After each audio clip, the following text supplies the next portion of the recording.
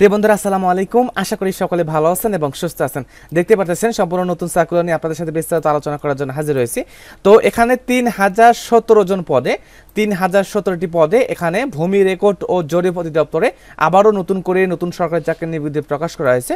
গণপ্রজাতন্ত্রী বাংলাদেশ সরকার ভূমি রেকর্ড ও জরিপ অধিদপ্তরে 2 সেপ্টেম্বর 2024 তারিখে সার্কুলারটি প্রকাশ করা হয়। সার্কুলার ক্যাটাগরিতে এখানে সর্বমোট পদ সংখ্যা দেওয়া হচ্ছে 14টা। তার মধ্যে থেকে এখানে প্রত্যেকটা পদই কিন্তু এসএসসি এইচএসসি অনার্স ডিগ্রি পাশে আবেদন করতে পারবেন। এখানে যার শিক্ষাগত যোগ্যতা মান থাকুক না কেন এখানে আপনারা অনলাইনের মাধ্যমে আবেদন করতে পারবেন। তো এখানে অনলাইনে আবেদনপত্র অক্টোবর মাসের 27 তারিখ পর্যন্ত করা যাবে। এখানে যে 14টা পদ দেওয়া আছে প্রত্যেকটা পদই খুবই গুরুত্বপূর্ণ পদ। তো ভূমি রেকর্ড ও জরিপ অধিদপ্তরে এখানে যদি নিচ থেকে শুরু করি, এখানে 14 নম্বর পদ দেখেন, 14 নম্বর পদটা দেওয়া আছে চেইনম্যান পদে এখানে 145 জন লোক নিয়োগ করা হবে। শুধুমাত্র এসএসসি পাশে আবেদন করা যাবে। তারপরে দেওয়া আছে অফিস সহায়ক পদে 182 জন লোক নিয়োগ করা হবে। অফিস সহায়ক পদে 182 জন লোক নিয়োগ করা হবে। 20তম গ্রেডে বেতন দেওয়া হবে। দেওয়া আছে যে কোনো স্বীকৃত বোর্ড হইতে মাধ্যমিক স্কুল সার্টিফিকেট পাস করলে অর্থাৎ এসএসসি পাস করলে আবেদন করতে পারবেন। তারপরে দেওয়া আছে 12 নম্বর পদ, এখানে দেওয়া আছে কপিস কাম বেঞ্চ সহকারী। পদের নাম দেওয়া আছে কপিস কাম বেঞ্চ সহকারী, যেখানে 16তম গ্রেডে বেতন পাবেন। এখানে পদের সংখ্যা দেওয়া আছে 480 জন। কপিস কাম বেঞ্চ সহকারী 480 জন লোক নিয়োগ করা হবে। এখানে দেওয়া আছে কোনো স্বীকৃত বোর্ড হইতে ন্যূনতম দ্বিতীয় বিভাগ বা সমমানের সিজিপিএতে উচ্চ মাধ্যমিক সার্টিফিকেট পাস করলে আবেদন করতে পারবেন। কম্পিউটার চালানোর দক্ষতা থাকতে হবে। কম্পিউটার মুদ্রাক্ষরে প্রতি মিনিটে সর্বনিম্ন গতি ইংরেজিতে 20 শব্দ এবং বাংলাতে 20 শব্দ গতি সম্পন্ন থাকতে হবে। তারপরে দেখেন দেওয়া আছে এখানে দেওয়া আছে জাজ মহড়া। 11 নম্বর পদটা দেখেন দেওয়া আছে জাজ মহড়া। এখানে 422 জন লোক নিয়োগ করা হবে। এখানেও কিন্তু ইন্টারমিডিয়েট পাশে অর্থাৎ সর্বনিম্ন দ্বিতীয় বিভাগে ইন্টারমিডিয়েট উচ্চ মাধ্যমিক পাস করলে আবেদন করতে পারবেন। তারপরে দেওয়া আছে 10 নম্বর পদ, এখানে দেওয়া আছে খারিজ সহকারী। এখানে 10 নম্বর পদে দেওয়া আছে খারিজ সহকারী, যেখানে 474 জন লোক নিয়োগ করা হবে। এখানে কোনো স্বীকৃত বোর্ড হইতে ন্যূনতম দ্বিতীয় বিভাগ বা সমমানের সিজিপিএতে উচ্চ মাধ্যমিক সার্টিফিকেট পাস করলে আবেদন করতে পারবেন।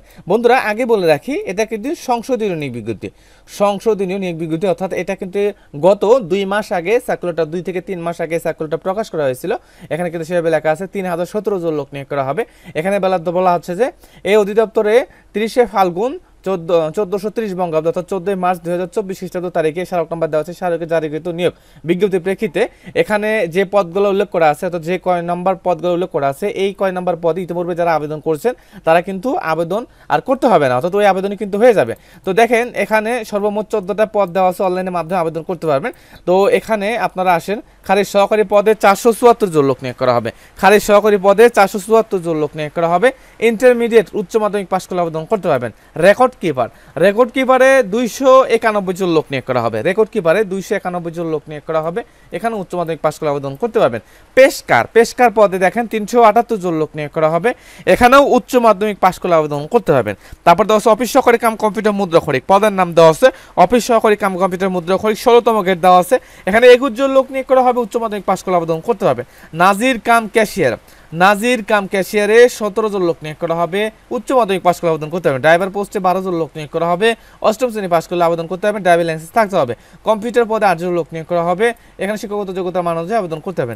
তারপর দেখা যাচ্ছে ট্রাভার্স সার্ভেয়ার, এখানে 4 জন লোক নিয়োগ। সার্ভেয়ার পোস্টে শুধুমাত্র সার্ভেয়ার পোস্টে 85 জন লোক নিয়োগ করা হবে। কোনো স্বীকৃত ইনস্টিটিউট বা প্রতিষ্ঠান হতে 4 বছর মেয়াদী diploma in engineering surveying technology থাকলে আবেদন করতে পারবেন।